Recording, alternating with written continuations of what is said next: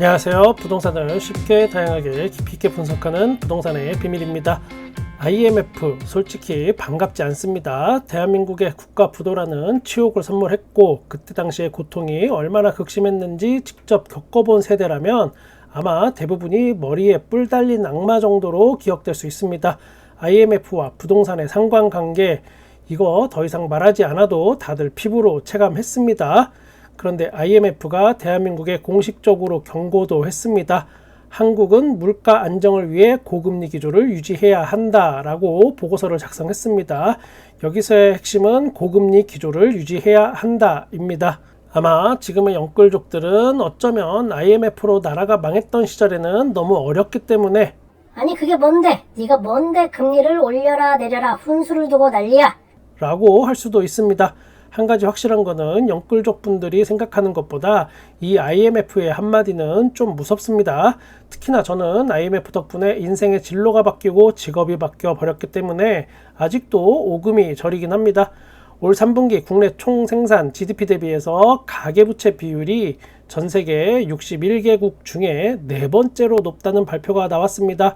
가계부채 비율은 100.2%입니다. 지난 2분기에는 101.7%였는데 3분기에는 약 1.5% 하락했으나 여전히 최상위로 높은 수치입니다.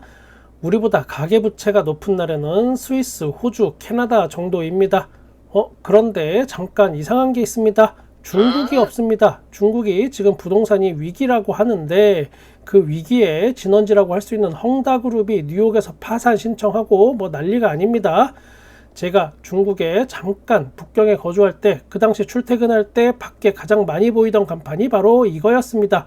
그만큼 헝다라는 부동산 개발 업체가 망한다라는 건 엄청난 부동산 타격이 될 수 있습니다. 거기에 비구이 위안인가 비구니인가 뭔가 하는 그런 부동산 업체도 디폴트, 그러니까 채무 불이행을 맞이했습니다. 중국에 현재 빈집이 1억 채가 넘는다고 난리가 아닙니다. 중국 인구 14억 명이 아파트에 다 들어가도 집이 남아 돈다는 그런 중국 부동산 시장입니다. 그런 부동산이 폭망하고 있는 중국도 가계부채 수준이 60%밖에 안 됩니다.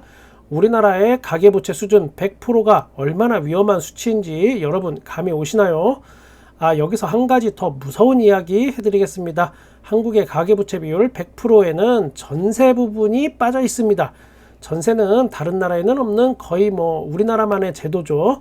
그러다 보니까 이 전세의 비중이 제외된 통계가 나와 있는데 전세를 포함한다면 대략 우리나라의 실질 가계부채 수준은 150% 정도라고 보면 무방합니다.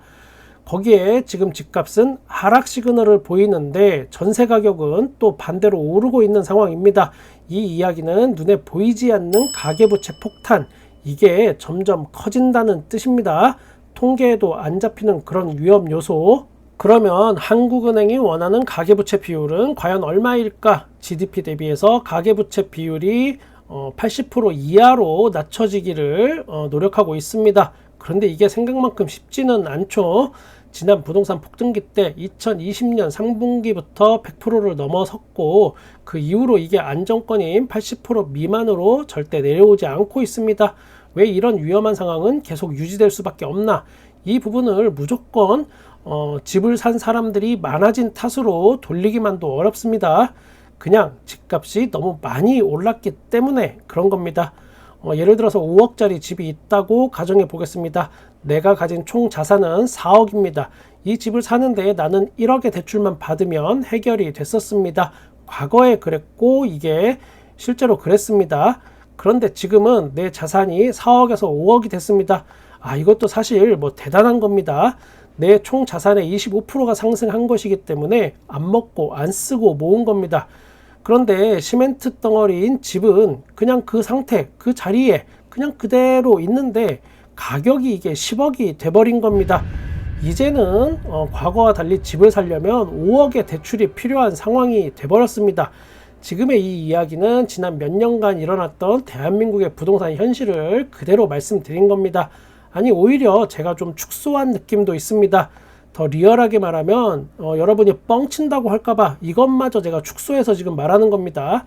예전에는 1억만 빌리면 해결됐던 일이 이제는 5억을 빌려야 하는 상황이 돼버린 지금의 상황, 가계부채를 줄이려면 무엇을 해야 할까?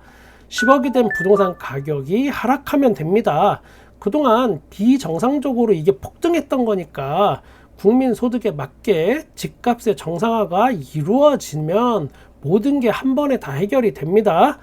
9억, 8억, 7억, 6억 이렇게 단계적으로 하락을 한다면 국민들은 집을 사기 위해서 주담대 대출을 덜 받아도 되니까 자연스럽게 가계부채 축소가 됩니다. 지금의 대한민국 부동산 정책은 금리를 높여서 부동산 사는 걸 임시로 틀어막는 정책으로 가계부채 관리를 하고 있습니다. 물론 기존의 집값을 하락으로 유도한다는 거 이거 실질적으로 어렵습니다.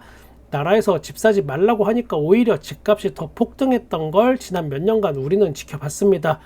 부동산 정책의 성공이냐 실패냐 이 여부를 떠나서 부동산에 대한 욕망이 얼마나 높은지 알 수 있고 거기에 흔들리기 쉽다라는 거를 봐왔습니다.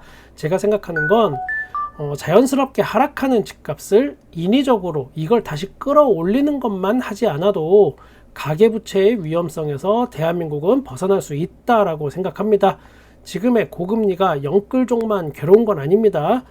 전세를 살고 있는 분들도 괴롭고 실거주로 집을 꼭 지금 장만해야만 하는 그런 사정이 있는 분들도 집 살려면 괴롭고 신용대출로 어렵게 코로나를 넘기고 버텨온 자영업자분들도 괴롭고 그리고 그 외에 다중채무가 있는 분들이 지금 너무 많습니다. 그 많은 분들이 다 괴롭습니다. 그런데 금리가 내려가면 이게 어떤 일이 벌어질까? 낮은 금리로 기업의 투자가 늘어나고 일자리가 늘어나고 대한민국의 재정 건전성이 늘어날까? 이거는 교과서에나 나오는 이야기입니다. 그것보다는 아마도 언론과 부동산 상승, 폭등을 주장하는 유튜버들이 아마 가장 신날 겁니다. 지금보다 금리가 0.1%만 내려도 집값 폭등의 시그널이 드디어 잡혔다라면서 금리 하락은 집값 상승이라는 이 공식을 들고 나올 겁니다. 지금이 바로 집 살 기회다라고 하면서 어디를 사면 되는지 쪽지게처럼 콕콕 찍어서 알려준다고 하면서 사람들한테 돈을 받고 그걸 긁어 모으겠죠. 그렇게 하염없이 부동산 투기판에 돈이 몰릴 게 눈에 너무 뻔하게 보입니다. 다시 IMF 이야기로 돌아와서 대한민국은 물가 안정을 위해서는 현재의 고금리 기조를 상당 기간 유지하는 것이 중요하다. 섣부른 통화정책 완화는 지양해야 한다 라고 했습니다. 미국의 금리 정책과는 별개로 우리나라 수준에 맞는 통화정책을 예상해 본다면 아무래도 몇 달간은 지금의 금리 수준을 유지하지 않을까 싶습니다. 과감한 금리 하락 요거는 없어 보이고 당분간 부동산 시장의 칼바람은 지속될 것으로 예상이 됩니다.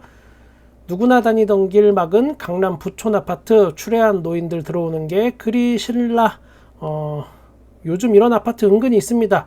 대충 무슨 이야기인지 아마 아실 겁니다. 또 그 중에는 아파트 주민이 다니는 통로를 아니 외부인이 출입하는 게 싫고 보안상 필요한 거다라고 주장하시는 분들도 있기는 합니다. 많은 아파트 단지를 설계할 때 단지 내에 일반 서민이 다닐 수 있는 길 그러니까 공공보행 통로 요걸 만들겠다라고 해서 용적률 인센티브를 받아낸 다음에 자기들 이익을 최대한 챙겨 먹고 나중에 길을 막아버리고 자기들만 쓰는 이런 경우가 상당히 있습니다.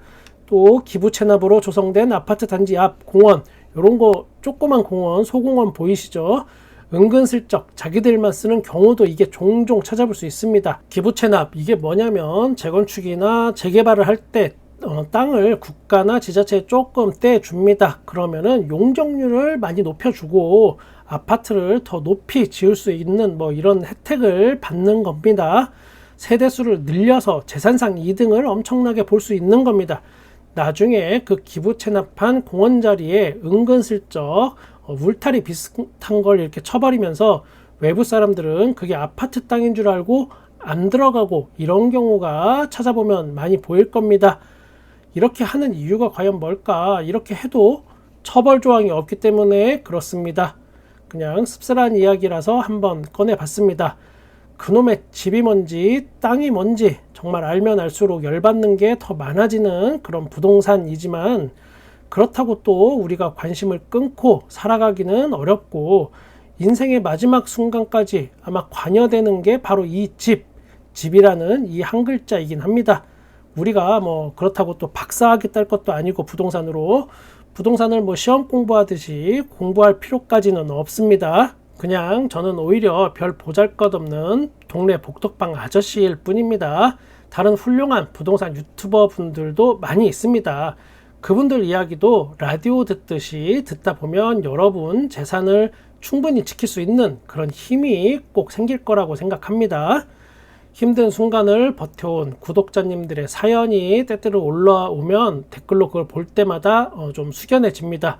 그 서러움하고 고통, 이거는 댓글에 적힌 몇 글자로는 다 표현이 안 되는 것도 알고 있습니다. 우리 부비TV 구독자님들이 부동산 바닥에서 집을 사는 것까지는 몰라도 최소한 부동산 꼭지는 잡지 않고 집을 살 수 있길 바랍니다.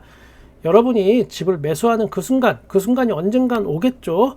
그 순간에 여러분은 꼭 최선의 결과가 있으실 겁니다. 저는 여러분의 부동산에 끝까지 함께 하겠습니다. 구독과 좋아요, 알림 설정 감사합니다. 부동산의 비밀이었습니다.